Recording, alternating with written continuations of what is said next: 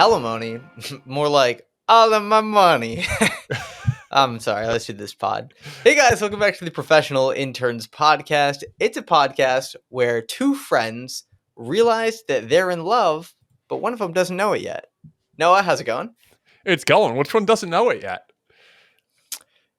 Anyways, this is a comedy advice podcast. You write into us. We give you some advice, good, bad, in between. You get the whole spectrum. You get our opinion, that's for sure. If nothing else, you get our opinion. So, and you can write those to the ProfessionalInternsPodcast at gmail.com. Please send us questions. I don't want to have to. Some of these questions are pulled from Reddit. Some are actual submissions, but I don't want to go on Reddit anymore. So please send us questions. Thank you. You said some are actual submissions. I think we got one. We got one legitimate question here, boys. It's a good question. So, it's a great question. But we're going to jump into that later. We got a few things we want to dive into sooner than that. Noah, today is a very important day. It's actually tomorrow, and it will be a week gone when this podcast gets released. Mm-hmm. But tomorrow is National Kiss a Ginger Day. Wow. What are you doing? Wow. How are you celebrating? Jamie, sounds like we gotta go get drinks, is what it sounds like. How many? But like, how many does it take? You know? I think less than you would expect. It's a big win. That's a big win for us. Dude, I can't wait till Wattpad starts going crazy with the Noah Jamie war. No, but I do want to point out what national day it will be when this releases. I do want to give a special shout out that January the 16th, which is after this is recorded and before it releases, is Appreciate a Dragon Day. So hopefully you guys appreciated a dragon. Noah, you and I have a little bit of time to actually go find a dragon, appreciate them. Appreciate a dragon? Like Game of Thrones? Or is this like Hey, however you celebrate, you know?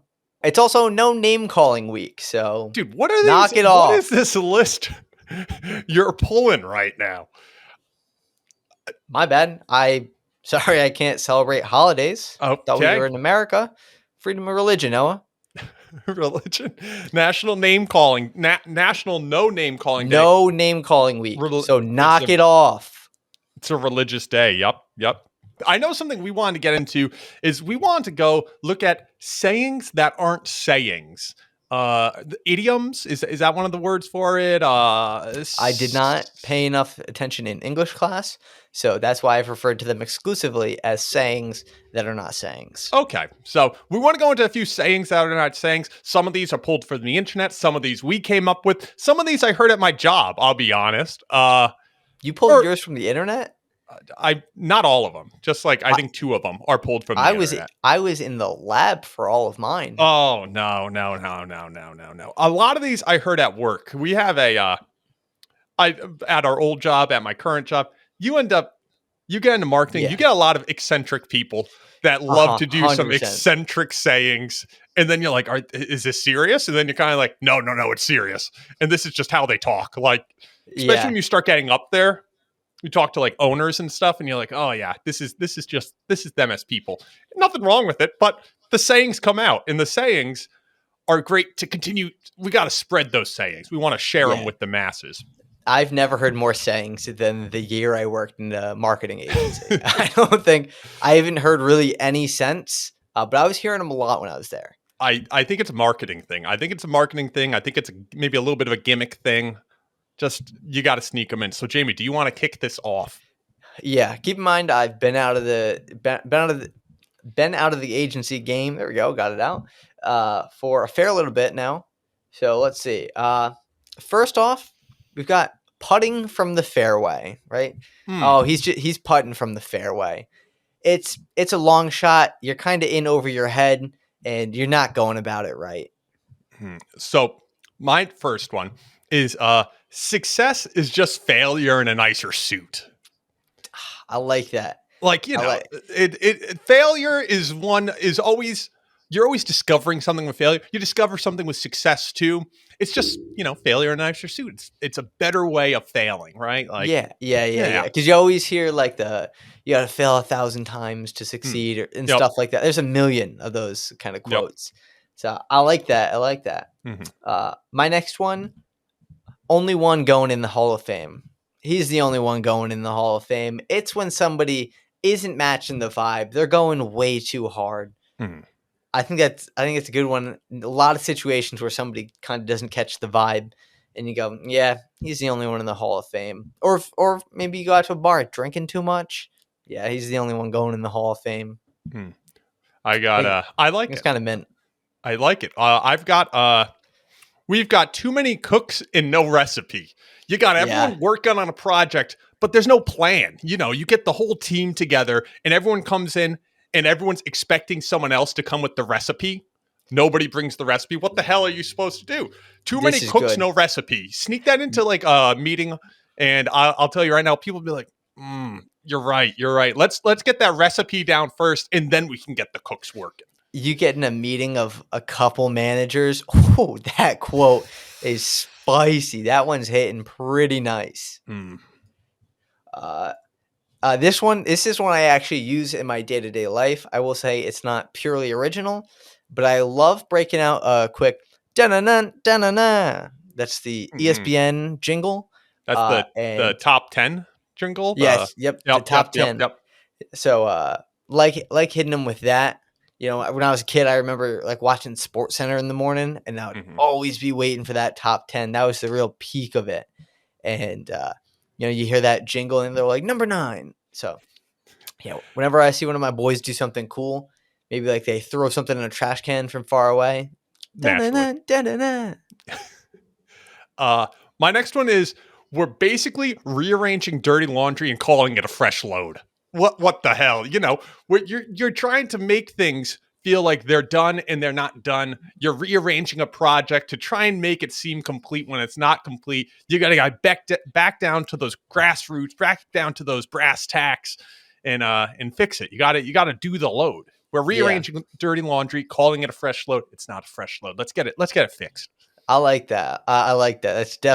That's a big marketing one. I know we might be the only marketing people hearing this, but you're really resonating with your audience of me.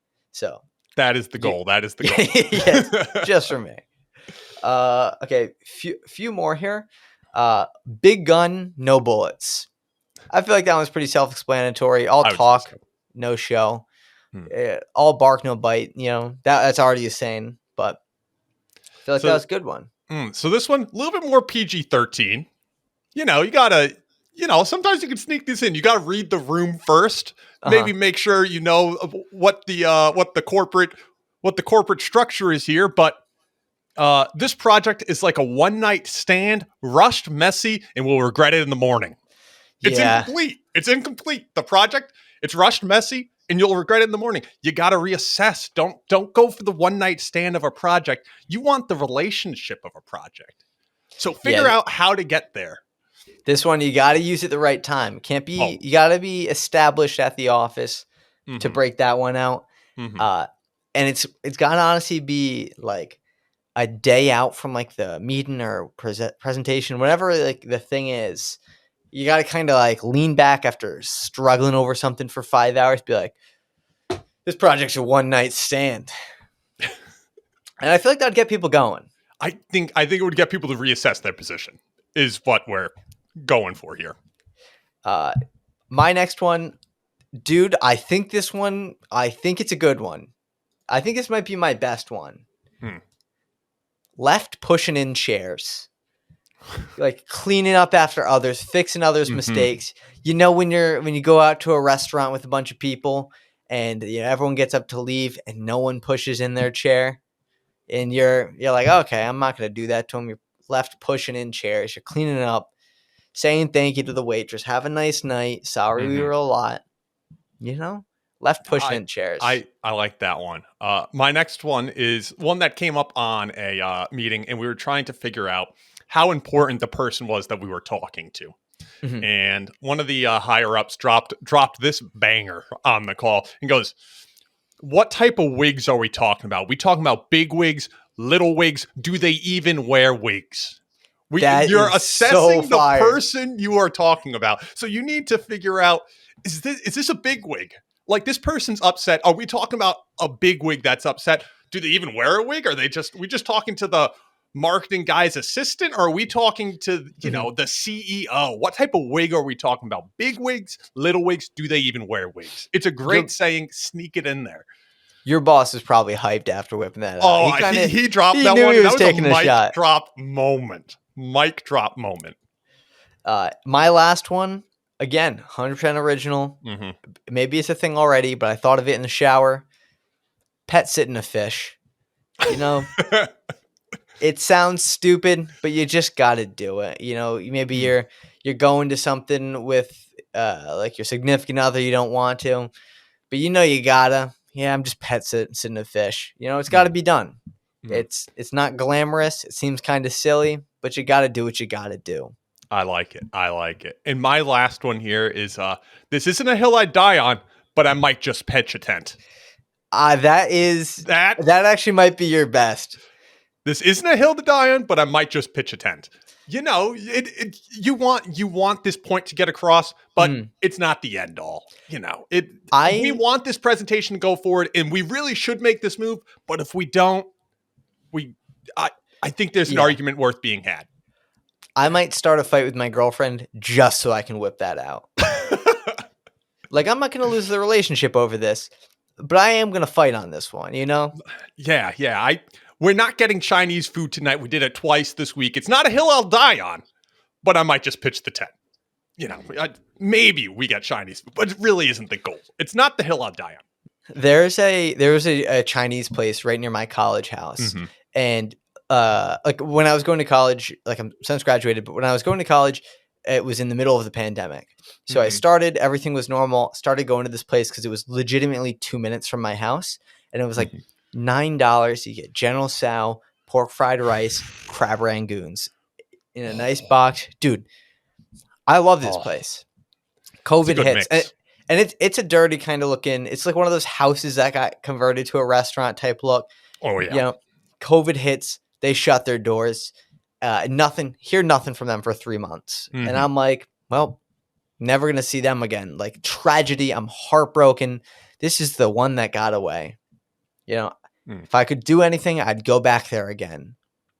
Like summer hits, I go home, come back the next fall, place is back open, completely shut down their dining room. Like, you walk in, it's like a 1 foot and then wall. It's sealed up like a bank. They've got like the two-way glass door where they put the food in, and then they have like overlapping things for the card. So you put the card in, it's like a bank, dude.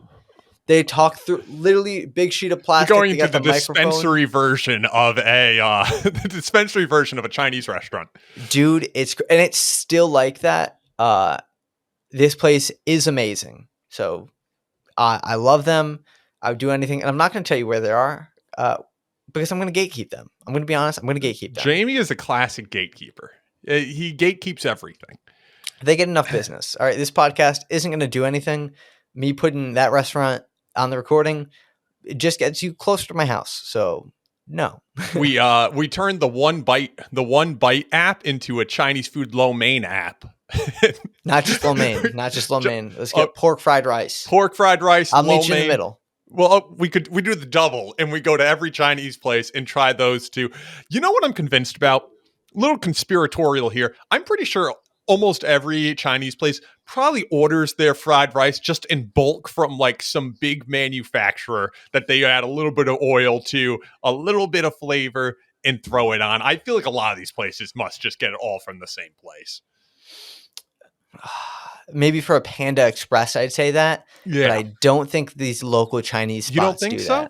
Because I feel like it's too easy to make it. Like, it's not a complex recipe. They're probably just throwing in a vat of like one of those big woks, like a bit of oil, soy sauce, like some MSG, and then like carrots, peas, whatever's in it for them. I went to my so for New Year's we tried to get Chinese, didn't happen. There was a 3-hour wait at one place, and I call another place. They actually unplugged their phone line. So I go to the place to unplug their phone line the following day because me and my fiance, we were craving Chinese. I go in there and we got extra egg rolls, but I'm looking at their, they have like the fryer because you fry the egg rolls, and it is just stacked high with frozen egg rolls. And I'm like, no way they made those. They are waiting to drop these egg rolls. No way they made those. Those are bulk purchased from somewhere.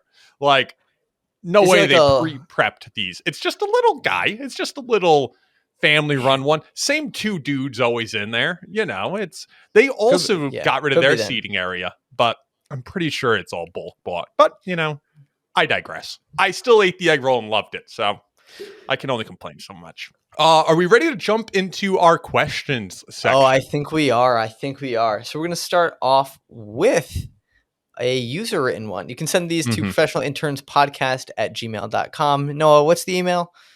The email is my boss owes me hundreds. No. The email address. The email address is ProfessionalInternsPodcast@gmail.com. And our first email that we had written in by a viewer, by the way, is as follows. My boss owes me hundreds of dollars. Hi, interns. Hello. I love that intro. Hey. This is a bit of a complex one. Don't use my real name. Okay. Jamie, we're nervous about their work hearing about them writing into us, so won't be using the real name. It's a sign of a successful podcast. That is the sign. So basically, about a year and a half ago, my boss asked if I was willing to cat sit for her for 2 weeks and told me she wanted me to live in her house for the duration of the cat sitting, about 2 weeks. I felt hesitant, but agreed. She's my boss. I can't really say no, right? This was the same boss who'd regularly call me to scream at me if I did anything wrong, and made me cry several times in the office in front of everyone. And besides, I figured it would be a nice bit of extra money.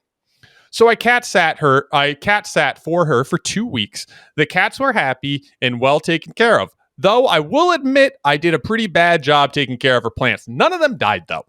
And when my boss came back, she handed me a jar of honey, which I later Googled and found out was worth $12. I wasn't happy, but she was mad at me about the plants, and I felt like I wasn't in a position to argue. A few months later, I'd finally had it with her screaming at me and ended up calling HR. They decided the best solution was we'd just never speak to each other again, and another person would be my go-between. Now I Googled it, and 2 weeks of cat sitting appears to cost at least a few $100s. I've tried to bring up the money she owes me with higher ups, but nothing has ever come of it. Is this worth bringing up further? Should I let it go? I hate to be the bearer of bad news. You're not getting that money. I thought that's not a very Professional Interns Podcast advice. One, cat sitting, the classic intern job. I feel like we at our first job did a lot of plant watering. How that became the intern's job is beyond me. We'd be doing the plant watering. We'd be doing the Miracle Grow. And our owner just kept buying plants. And we're like, what are you doing? There's actually a photo of us watering the plants that I'll put on screen now. Wow. You took a photo. You have a photo saved? I remember one of our coworkers would water the plants, and she went on vacation. So she asked me to water the plants. And then you and I took a photo while we were watering the plants. That I know that photo is going to be amazing. But it's a good photo. Yeah, classic intern job. You're probably not getting that money, but if you really want that money, I'm going to give you the lowdown right now. You know how to get into the house. You got into the house. You know how to get into the house. I am not liable for anything I say on this podcast. You could take my advice. You could not take it. Not liable. You can get into the house. If you can get into the house, that means you can get the cats. What if you did an impromptu cat sitting at your own house? And while cat sitting, you said, "Hey, I watched your cats. Why don't you pay up?" And some might call it a ransom. Some might call it a ransom. I'm not someone. I think you're just continually doing the job. She asked you to cat sit. Maybe you forgot about the time. You took the cats. She said, watch them in your house. You got confused. You watched them in your own house. Ransom the cats. I love that. Steal the fucking cats. Look, well, there's a few things I want to jump in on. First, you said I can't really say no. You absolutely can say no. Like, you can always say no in literally every single situation possible, and I think more people don't realize that. At times, it's rude to say no. It's also, in this case, it's rude to. It's not too rude to ask, but depending how she went about it, if she kind of used that like power over you, that's rude. But yeah, it's not rude to say no. Sometimes you just can't say it as no. I think this is a very like American culture thing where like we'll be like, hey, can you watch my dog? And it's like saying, no, I can't do that because you don't want to, or for whatever reason, sounds very rude. But if you go, oh, I can't, I'm going out that weekend. Like, I'm going to be away. I got plans. Yeah. It's a little white lie, throw a little bit of a white lie out there if you really are uncomfortable saying no, or just say, no, it's not a good fit for me. But I do see kind of why you did it because of I'm allergic to cats. I hate cats. No, I love cats.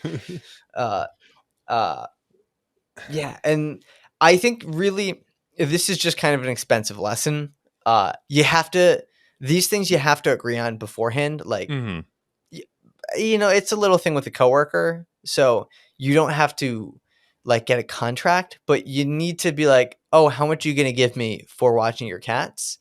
Because that way they can't just pull this scumbag, here's a jar of honey move. Which is a classic move, really. The jar of honey move is kind of a classic move. And your work has no way to really step in and do anything about this. So unfortunately, there's nothing that's going to happen there.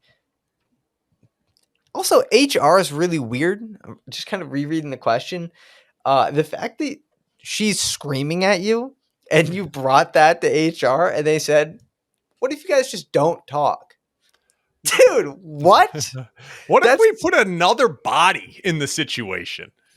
Yeah, because you talk to Jim and Jim talks to her? No, that's so HR. Maybe I don't know the office politics here, but man. Yeah. I mean, like, I don't know what your job is. It sounds like your boss should be fired. If your boss, like, if that's their management style, screw them. Get a new job. But, maybe it's a hard to get job. Maybe it's a foot in the door. I don't know your situation too well. But I'm saying your boss sucks. HR sucks. This situation sucks. Kidnapper cats. There it is. All right, the next question. Girlfriend has a guy friend. So my girlfriend has a guy friend, and he's chill. I even talked to him on the phone once, and he knows we are dating. However, my girlfriend told me they talk on Snapchat all day, and when I asked how they met, she won't tell me, and she said it's a goofy story. I asked again today, and she pretty much ignored it. I'm kind of worried, and I want some advice. Dude. Do you want to break it to him, or should I? She's cheating on you, dude. Dude. Nothing good happens on Snapchat. Nothing good. You talk to her on Snapchat. You tell me what happens between you and her on Snapchat, and I'll tell you what happened between her and that guy on Snapchat. Nothing good happens on Snapchat. If they're you remember, throwing it way back, were you around when Snapchat used to have best friends? It still does have best friends. But it wasn't public. Well, it used to be like literally give you like a public hierarchy. I don't know if I don't know. Oh, I'm about to tell you the most cracked thing ever. I remember back when I was in high school, Snapchat had a best friends, and the best friends would list them 1 to 5, and it was public. So anyone who followed you could see the other person's best friends. Mm-hmm. And I remember I had a buddy who would randomly send me like 16 snaps, and I'd be like, "Dude, what are you doing?" He's like, "Don't worry about it, man." I was like, you got it. Because it would mark me up his Snapchat. I'm like, who are you burying? Like, Insane. Snapchat, that must have been the recipe for divorce. Recipe. Yeah, no, that divorced a lot of high schoolers. And I'm telling you, this guy is probably her best friend. So it's just, Yeah, I hate to be the bearer of bad news. I don't know if she has slept with this guy. I mean, you're younger. Just by the kind of way this was written, I had to change it so that more people would understand. You're younger. She might not have slept with this guy, but I'm telling you, in her lifetime, she will sleep with this guy. The best possible scenario is that she doesn't have feelings for him, like she thinks they're just friends, and he is waiting for your downfall. But I know a lot of people that this has happened to. Oh, I'm not. No, we're just good guy friends. Now we're dating. It happens all the time. Honestly, this is a kind of bad advice, but rip the Band-Aid. It's going to happen eventually. Break up. I just feel like it's the fact it's on Snapchat where it's not saved. It's not like there's no record. If this was like texting a guy friend who's kind of chill and cool, I don't think that's a place where you have to be super possessive. I think that's probably okay. But all day? Snapchatting, you said all day Snapchatting. That feels like that breaks a couple barriers more than, texting a guy friend that's like, hey, what do we got going on? I don't know. Even texting a guy friend is just, it's odd because like I feel like there's some intentions there. Like maybe if you're younger, like I remember when I was much younger, but also technology was different then. I don't know. But I would text people like all day because I wanted to text them. But like, I don't know. I feel like if you're doing it now, it's like someone in that situation has feelings. And I just think if she's being kind of shady about stuff to you, she may also have feelings. Yeah. So, what we're saying, the advice we're giving for your girlfriend having a guy friend she talks to all the time on Snapchat, me just saying that aloud is insane.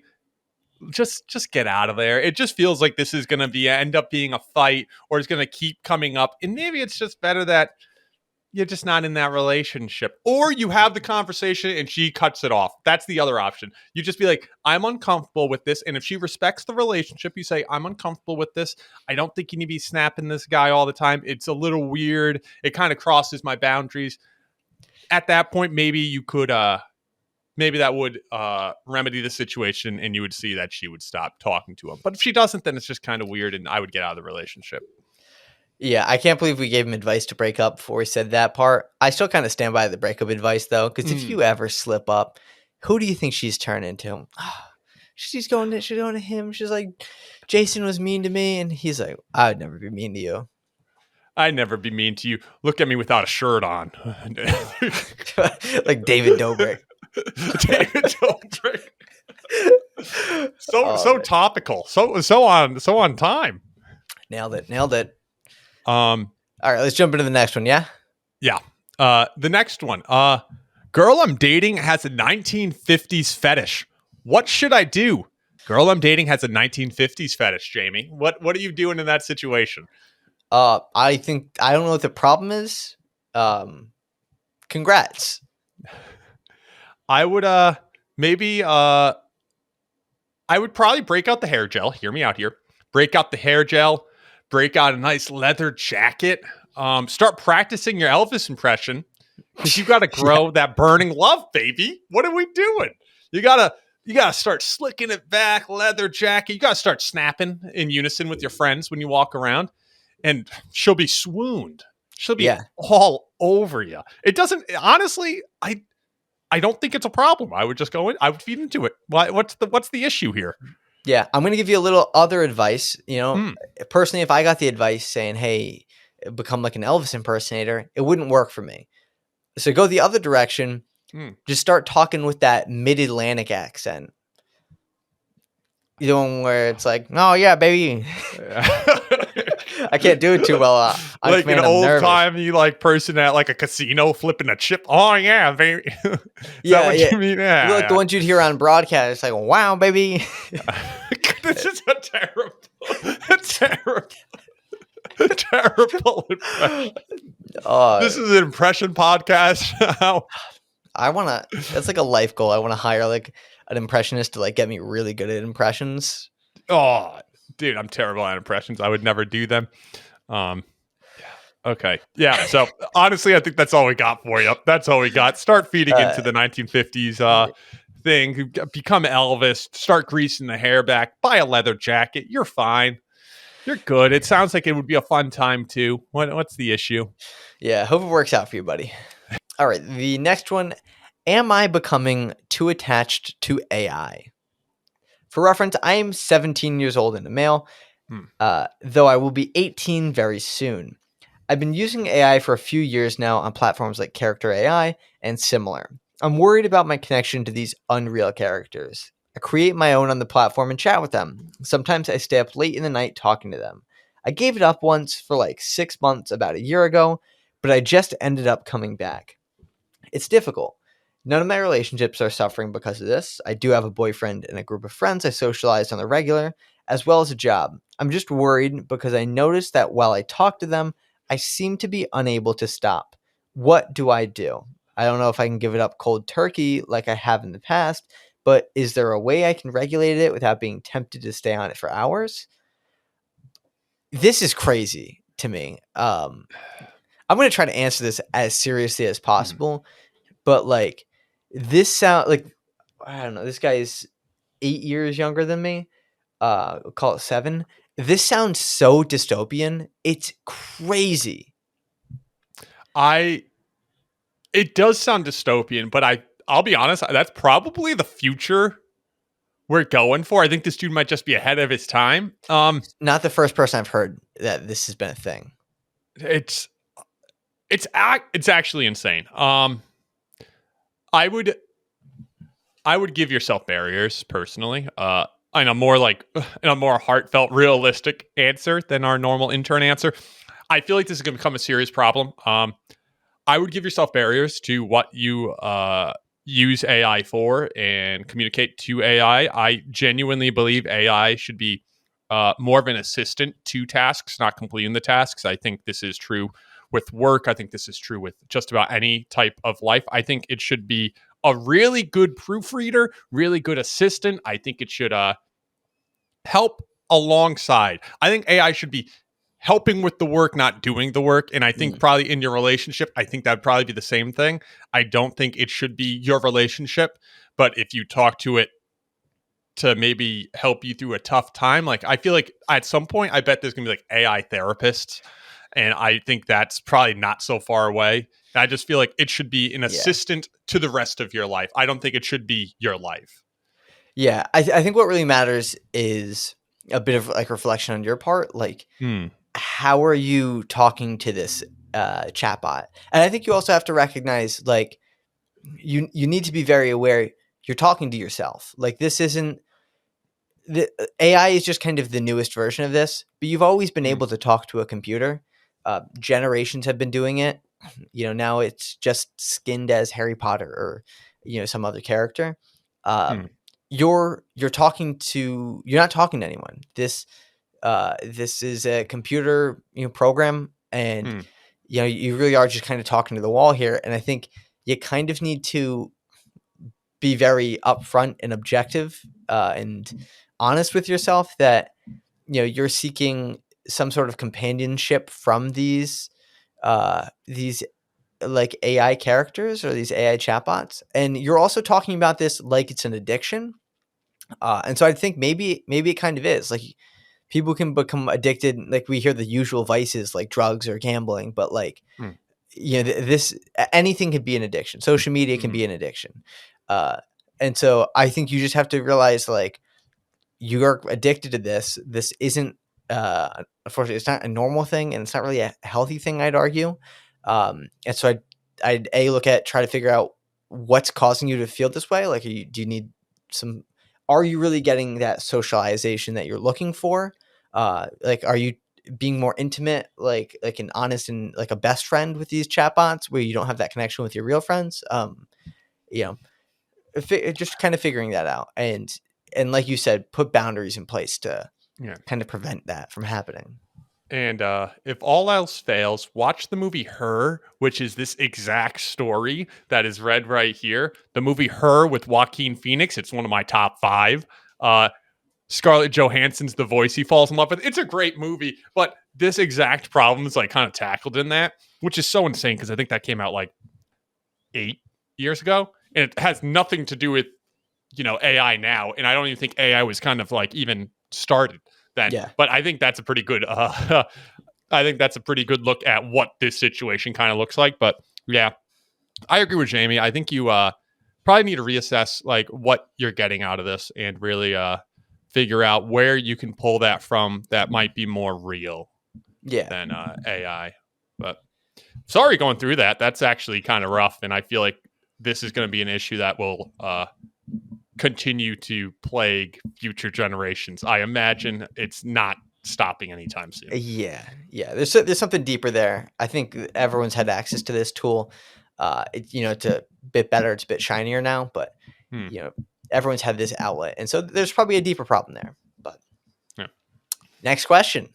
My friend keeps getting ghosted after first dates.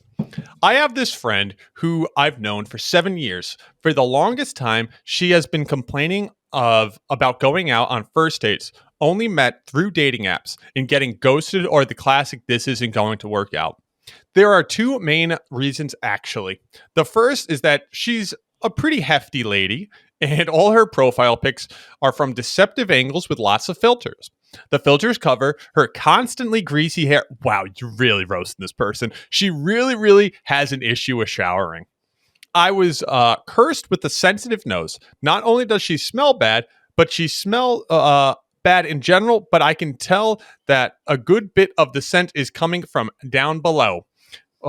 She told me the story of her taking a guy home from the bar. Things were getting hot and heavy and clothes were coming off.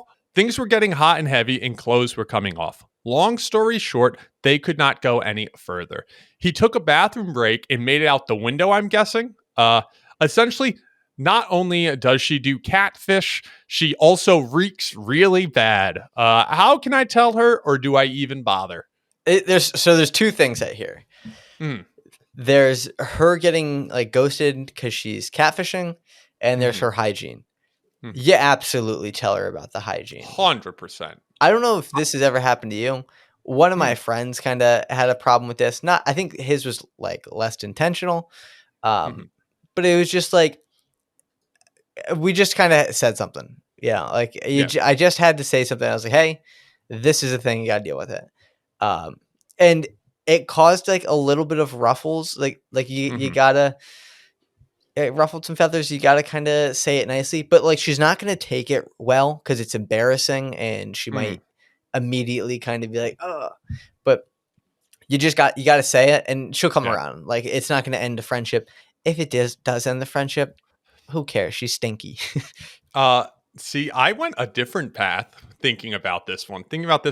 I feel like what I would do. I don't think I would tell her directly. I think that would be maybe a little tough. Maybe you could feed around that bush. I think it is also easier with the girl here, just because I feel like, I don't know, girls kind of like pride themselves in their hygiene and stuff. And I feel like it wouldn't be a hard convince. I would personally be like, "Oh, you're going on a new date. Like, congratulations. Like, oh, that's going to be a lot of fun." And I would honestly gift her like a scent, honestly, like go to Bed Bath and Beyond and get like a little goodie bag of like a lotion, a conditioner, a body wash, and like a perfume that are all like the same scent, and be like, you should try this out. I bet he'll love it. And I bet she ends up trying it because she's going to be like, "Oh, she recommended this. This is a friend I see dearly. She got me this gift. It would be wrong for me not to try it." And I think that honestly might be the nicest way of telling her without being like, "You're stinky, girl. Like, what are we doing?" I think giving her the little gift of like, everything in the same scent category, and just almost like a little, "Oh, let's prep you up for this first day. I know you've had a couple hard ones. Yeah. Like, let's see how we can approach this together." Now, what about the catfishing, Jamie? I think the catfishing is something she might just like. It might be something where you have to let her get ghosted again, and then you go, "Oh, well, what if I take a look and try to help out with your profile?" And like you just select new photos for her. But that honestly, the catfishing part of it, it's her bed. Like, I'd let her lay in it. There's nothing. There's not too much you can do, because I think that's something she'll figure out on her own.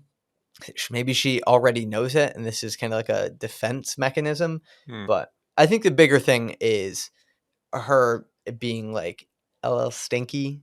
Yeah. And like, not everyone's going to fall for the catfish or is going to be bothered by it. Like that one guy wasn't, but she was stinky. So I think just jumping back to that smell thing and that hygiene, I like the idea of buying all that shampoo and like that kit. I think it's a really like nice, soft way to kind of gesture at it. There's a chance she still doesn't use it, puts it on the counter, leaves it there. If that's happening, I do think you got to be a little hardball with it. But that's fair. That's fair. And I think the catfish thing, I'll be honest, I think it's so much less of a problem now because I feel like everybody posts these amazing photos that are super, super clear skin, super skinny, super like perfectly set. And I just feel like that's just part of, I think, not that I've gone dating in forever, but I feel like I don't. In my defense, that's just how I look. Yeah. I just feel like you would just end up figuring it out, and I think that's kind of just part of dating now, and I don't think that would be something that would be the main reason that you would not talk to someone, unless these photos are so insanely like face tuned that it looks like you're going out with Jessica Alba or something. I think you're probably fine. Yeah. And I think that's just kind of part of dating. And I think some people will accept it and some people won't. But I think the stinky thing isn't something that most people would accept. Yeah, I think that's going to cause more problems broadly in her life, whereas a few bad dates, not the end of the world. Yeah. All right, this next one. Speaking in a stereotypical gay voice is one of the best icebreakers to talk to women. I usually don't know how to talk to women I find attractive in bars, clubs, etc. I'm always very awkward. However, after a couple beers, I have found myself speaking in a sort of flamboyant, stereotypical gay voice and have found more luck in speaking to women. I always slip into my normal voice shortly thereafter and will address it. They always laugh it off, and then we can start having conversations where I'm completely myself. I think it's the best icebreaker for men like me who are typically awkward around women and don't want to appear threatening upon first interaction. Would y'all say this is a decent first step towards talking to women?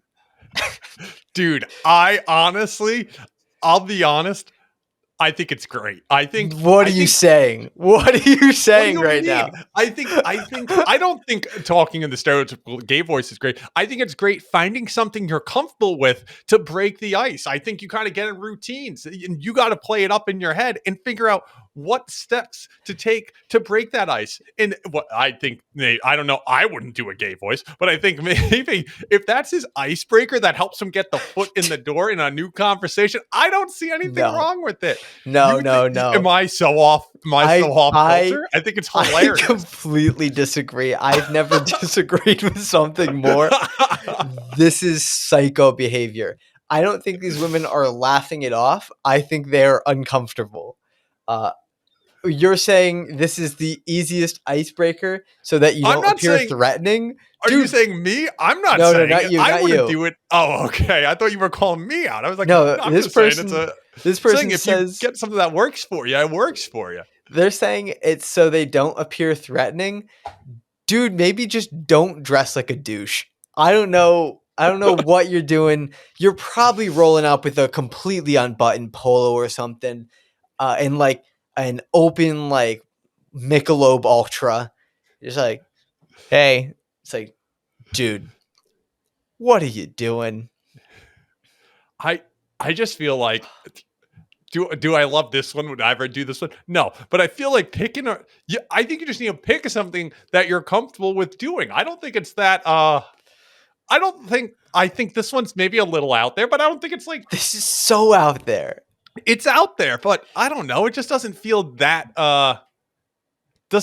insane to me. I don't know. Maybe ask what am I going to say? Ask the girl, get a review, have her give you 5 stars or not? Yeah. I don't know. But what did you think about me doing a gay voice in the beginning of this conversation? Just going to ask you a quick little question. What do you think about me calling you queen when we started this? How do you feel about me? Dude, I need our female viewers or listeners to really weigh in on this one. If you see me or Noah at the club, all right, and we roll up just like a hey girlies, and then we go, so I wonder if that's what he's doing, because that would be. I honestly think it would. I feel like it would be kind of funny, and I feel like some people would find it kind of funny. I think there's a certain audience that would be like, okay, dude, what the hell are we doing here? But I don't think.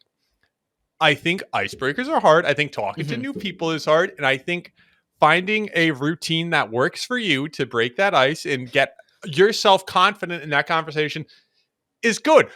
Completely Should agree. You be doing it in a gay voice?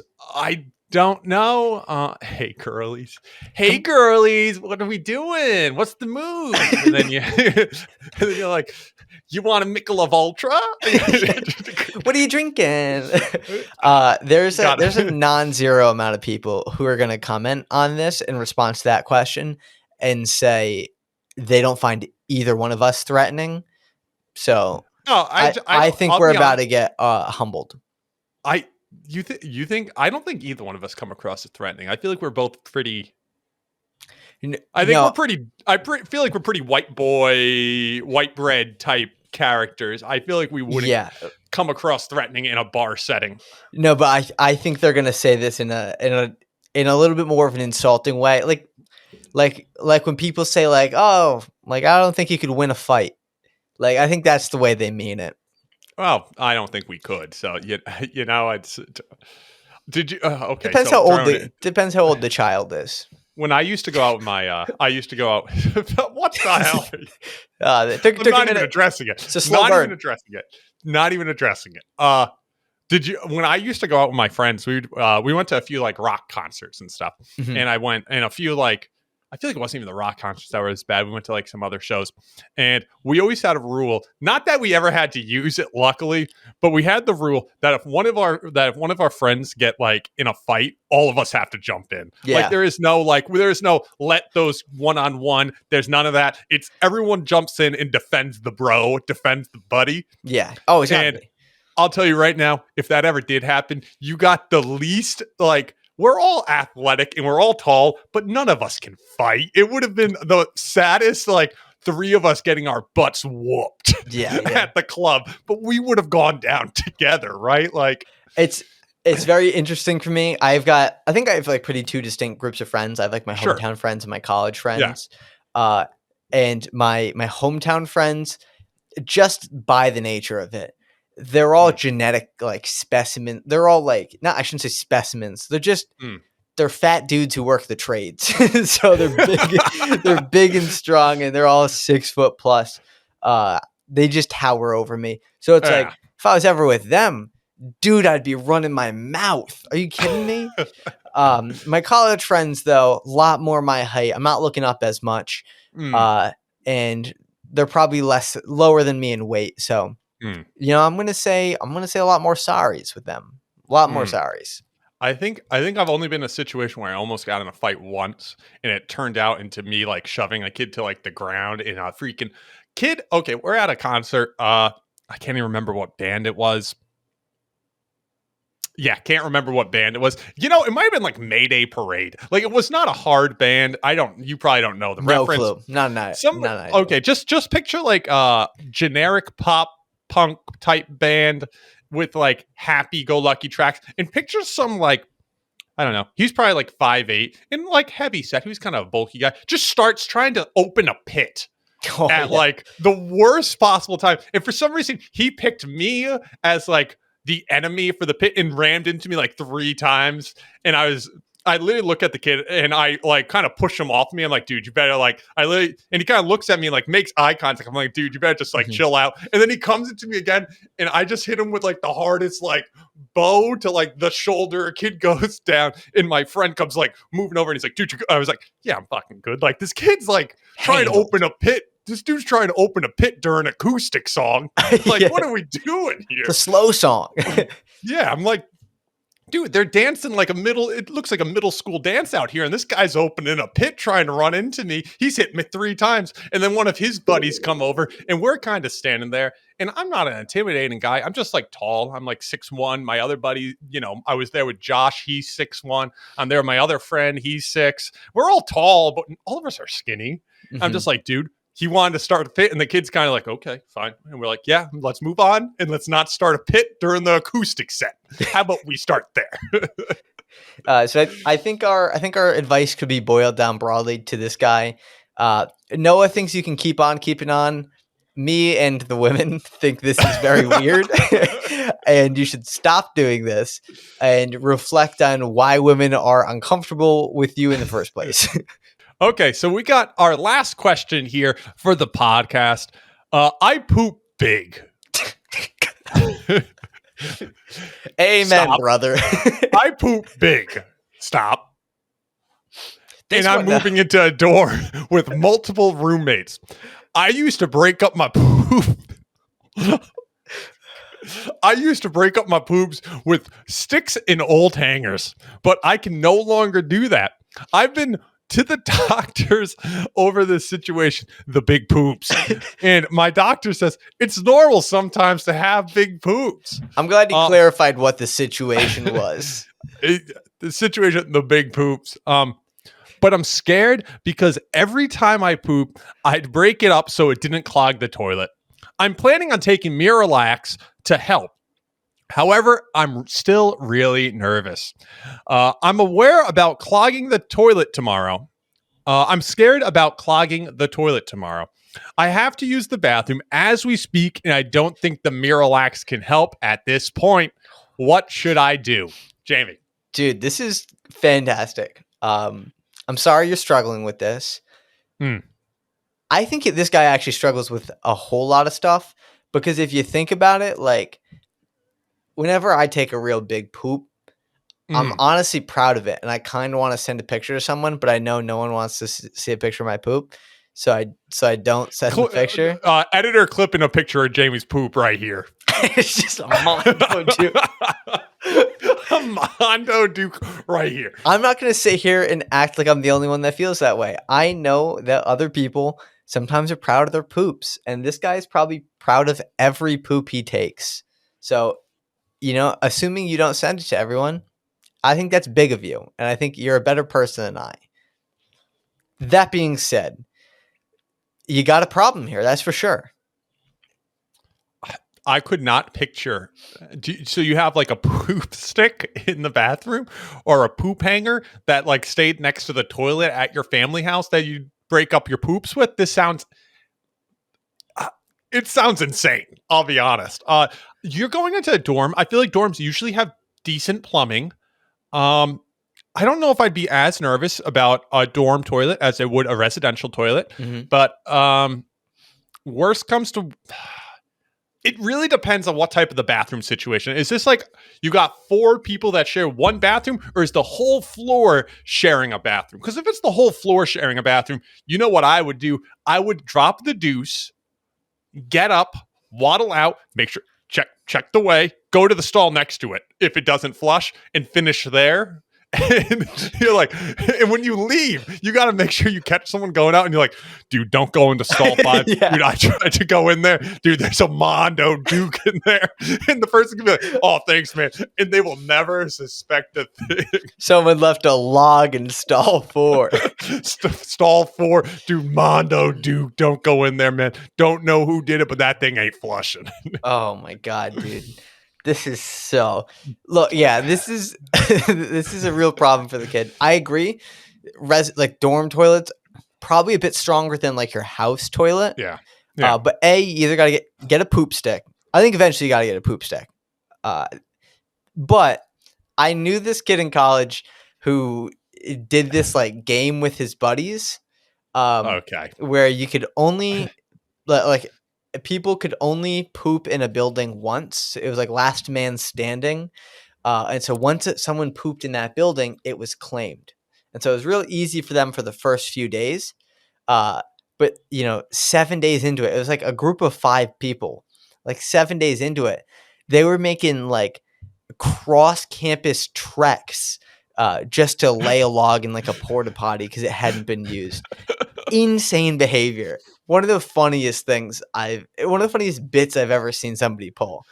How does that help you? Probably doesn't, but I go to maybe the ground floor of your dorm. There's probably a shared bathroom there, and kind of like test the waters figuratively and literally. Or find yourself a pooping spot, a good place that you can go poop. I knew all the buildings. Porta potty was the great idea. Actually, they don't flush. Well, it depends if a campus might not have porta potties, and they're kind of gross. But like for me, whenever I had to use the bathroom on campus, they had just built a beautiful new building on campus. Cost $300 million. It was like 6 stories. Fantastic bathrooms. I'd go there, go to floor 4 because can't go. Ground floor is busy. Second one up, probably a little busy. Nobody's on floor 4. Use the bathroom there. It was always just me, and I'd have a lovely time. It was great. Or you could find the family bathroom that has a lock on it. Once again, you got to go to like a different place. But if you clog it, when you open the door, you look quick and just move. Just go. It never happened. It's a hit and run. You're in good shape. In good shape. You know what? I think, what if you own it? What if you're just like, this won't work? What if really? You're the poop guy? In the shared bathroom, it's not going to work. But if there's the floor bathroom and you're just the guy who clogs the toilet, that might just be your thing.